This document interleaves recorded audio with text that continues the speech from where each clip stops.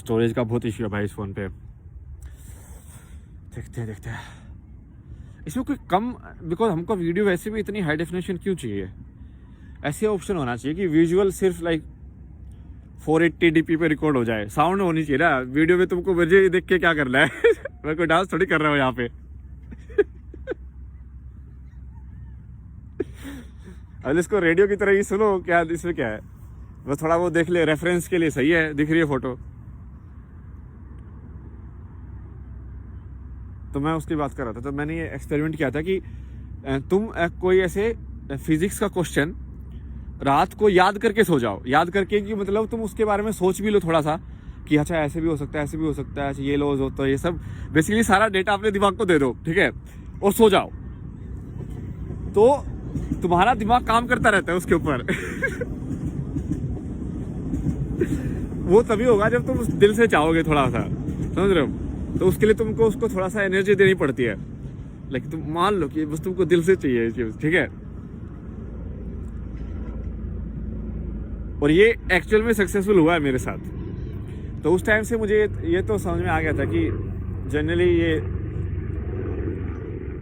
सपने अपने या ये सब जो है ना, इसको किया जा सकता कंट्रोल। तो सब इससे तुम किस टाइप की उसको दे रहे हो वो डेटा। और बीच में लोग ऐसे बोलते थे जो ड्रीम अपना सपना बदल सकता है वो बहुत पावरफुल है। ये तो मैं बचपन से करता आ रहा हूँ सपना बदलना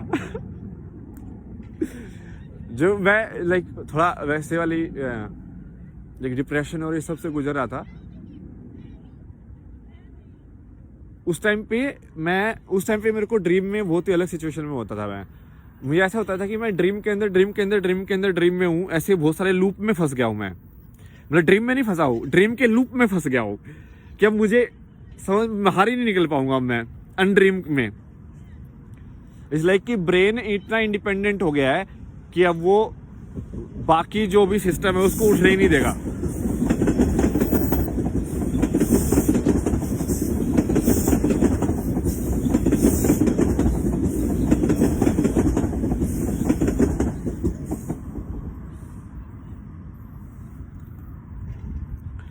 और यही होता है एक्चुअल में, वही होता है, वो बीमारी भी वही है। ब्रेन जनरली ज़्यादा अपने आप को पावरफुल समझने लग जाता है, तो बाकी माइंड या जो भी है, आत्मा तो दूर की बात है, वही सब में कंट्रोल नहीं रहता है। अभी मैं ना थोड़ा ये इस बंदे को सुन रहा हूँ ना, तो वो साइकोलॉजी वाला है, तो मैं इनकी साइकोलॉजिकल एलिमेंट भी समझ रहा हूँ कि बुद्धिस्ट लोग या बुद्धा का साइकोलॉजिकल मॉडल क्या दिया है। क्योंकि बुद्धा ने एक्चुअली जो दिया है वो साइकोलॉजिकल मॉडल दिया है, वो आप लोगों को समझाया इतने अच्छे से नहीं गया है, तो इसलिए उसको फिलोसॉफिकल मॉडल बोल दिया है। वो एक्चुअली में साइकोलॉजिकल मॉडल है उसने थोड़ी फिलोसफी थोड़ी समझाई भाई, उसने पूरा दिमाग का बताया कि ये विचार आते हैं, इस टाइप के होते हैं विचार, उसने कैटेगराइज कर दिया पूरा तुम्हारी लाइफ के विचारों को ही।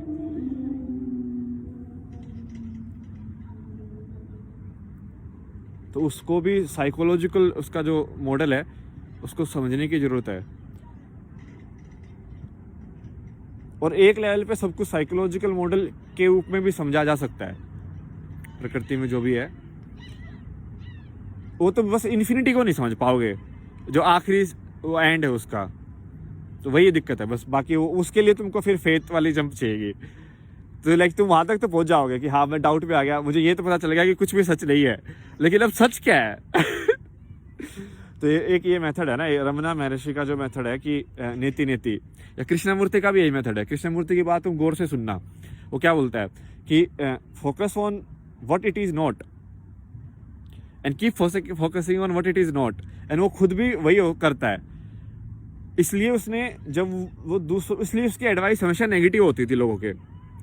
उसने कभी किसी को नहीं बोला कि हाँ तू ठीक बोल रहा है वो जैसे कोई बोला ना, उसने बोला कि नहीं, उसने हमेशा उसके अपोजिट डायरेक्शन में पुश किया, क्योंकि वो लोगों को इनडायरेक्टली वो फील कराना चाहता था कि जो तुम नहीं हो।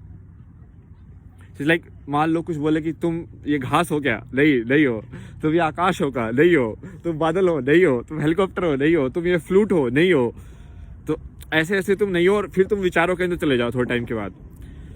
जैसे अभी ये तो बहुत इजी तुम्हारे लिए, तो तुम क्या तुम्हारी माँ हो, बोलो नहीं हो तुम क्या तुम्हारी बहन हो, तुम क्या तुम्हारा बच्चा हो, तुम क्या तुम्हारी नौकरी हो, बोलो नहीं हो।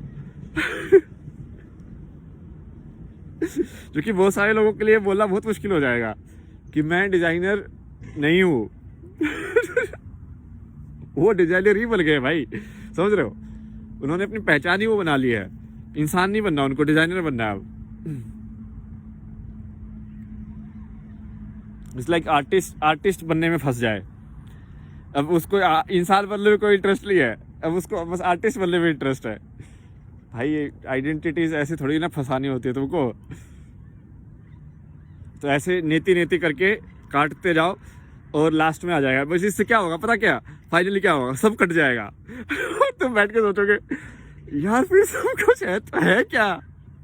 जो कि मैंने भी ना यही मेथड यूज किया था। मतलब मैंने ये मेथड एक्चुअली रैशनल मेथड है। रैशनल में कोई भी सोच का मेथड होगा ना, यदि साइंस भी यदि सही में सोचने वाला मेथड यूज करेगी तो वो यही करेगी।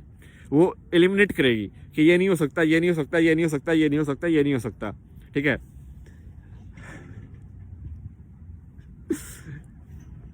इस जगह पे मैं 4-5 बार आ चुका था पहले, सोच के कि मैं कहा यार कुछ भी नहीं है फिर तो सच, फिर लाइक कुछ भी सच नहीं है तो फिर कहाँ जाए? फिर उसका जवाब देने के लिए कोई नहीं था। फिर मतलब जिससे मैं पूछता था वो उस लेवल में पहुंचा ही नहीं है। आधे लोग तो वैसे ही बात कर रहे हैं कि नहीं है कि नहीं उस पर ही। वो तो मैंने पहले ही देख लिया था कि हाँ ये भी नहीं है, ये भी नहीं है। फिर एक कृष्णामूर्ति का था एक एपिसोड, वो देख रहा था उस दिन। उसमें ऐसा था, उसमें कोई तो डिस्कशन था, उसने पूछा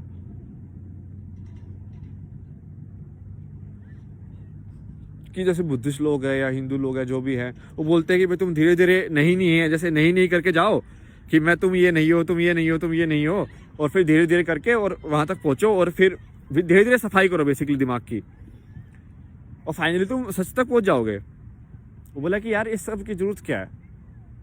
फाइनली एंड तक पहुंचने के बाद तुमको लेकिन ब्लाइंड जंप करना पड़ेगा। ब्लाइंड जंप मतलब कि तुम यदि ये सब भी नहीं हो तो जो इस सब पूरे नाटक को देख रहा है, तुम ये मानते हो कि वो कुछ है या नहीं है, तो तुम छोड़ दो बेसिकली। आखिरी जो कॉन्सेप्ट जो एनक्वायरर का है ना, वो भी छोड़ दो। एनक्वायरर मतलब कि जो सवाल पूछ रहा है, सवाल किसी ने पूछा ना हु एम आई, तो फाइनली हु एम आई में सारे ऑप्शंस तो कट हो गए। तो इट्स लाइक तुम्हारे पास मल्टीपल चॉइस में 4 ऑप्शंस थे, ठीक है, क्वेश्चन के 4 ऑप्शन गलत है। अब तुम सोच रहे हो इस प्रश्न का उत्तर कैसे दिया जाए? ये 4 ऑप्शन दिए, चारों को चारों गलत है इसमें से, ठीक है।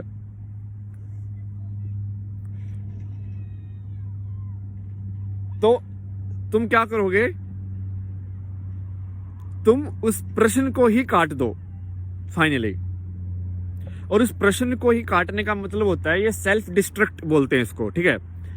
तो जो भी मेथड है एनलाइटनमेंट का, वो फाइनली सेल्फ डिस्ट्रक्ट होना पड़ेगा।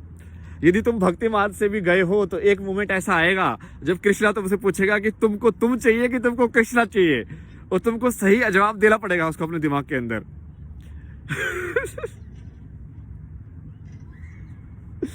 एक सूफी गाने में बोलते ना वो कि जब मैं था तो हरी रही, अब हरी है तो मैं नहीं। इसको यदि सही देखा जाए तो जब तक भक्त है तो भगवान नहीं, भगवान है तो भक्त नहीं, तो भगवान ही बन गया ना वो। समझ रहे हो? तो वो उस ये रिडल तुमको सोल्व करनी पड़ती है। पहेली है ये आखिरी पहेली है, और इस पहेली को तर्क से सोचने वाला इंसान सोल्व नहीं कर सकता। ये बिना तर्क के करना पड़ेगा आपको, इसका हल निकालना पड़ेगा।